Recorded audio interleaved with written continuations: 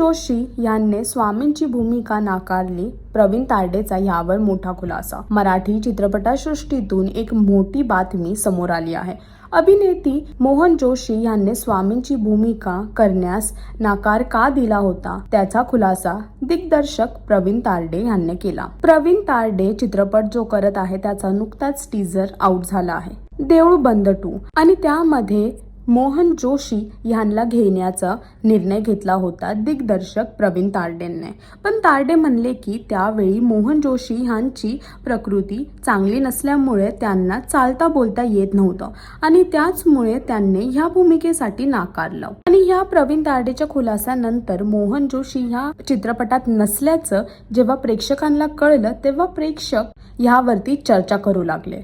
आणि अशा लेटेस्ट अपडेट्ससाठी सुद्धा टेलीचक्कर रिजनला सबस्क्राईब करायला विसरू नका.